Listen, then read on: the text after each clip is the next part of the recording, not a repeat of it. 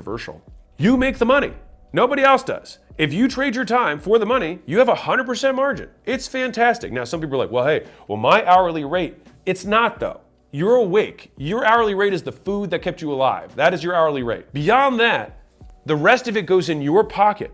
And so what people lack consideration of is like every business can have 5 one-on-one clients. Now, when you're like, how would I do this in a lawn care business? Well, it's just who's gonna be your account rep. You can say some people get your cell phone and some people get the account rep's phone. Who's gonna lead who's gonna actually design the whole garden? Is it just one of my guys or is it gonna be me? There's always an opportunity to make yourself the super premium version of whatever it is that you have. Now, here's a fun one. I wanna break this belief because I know the next one that comes up, which is, it's still just not worth my time. Bro, it is worth your time if I give you $1 trillion.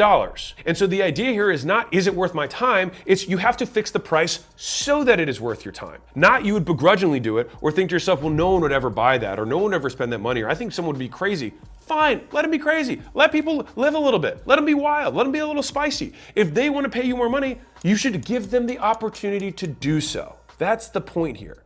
Now, what else happens when you have a super high ticket, unscalable, premium, one-on-one experience? You lift your entire brand. Because if you charge $10,000 an hour, something absurd, doesn't matter. And the thing that you have is $100, you can then have a very natural narrative of, listen, a lot of people can't afford to work with me one-on-one, and that's totally cool. I've taken the lessons I have here and I put them in a scalable format for everyone. It literally increases the perceived value, not just from the anchor effect, but from the narrative, the association, the branding that occurs as a result. Because even if you charge that and no one ever buys it, they still assume, because that is the narrative and that's what you put in front of them, that big price tag, the value associated with it, still gets transferred to a degree to the lesser thing that you have that might be scalable. Every business can do this. This is the action step before we get into tactics on how we can make something be perceived as more valuable.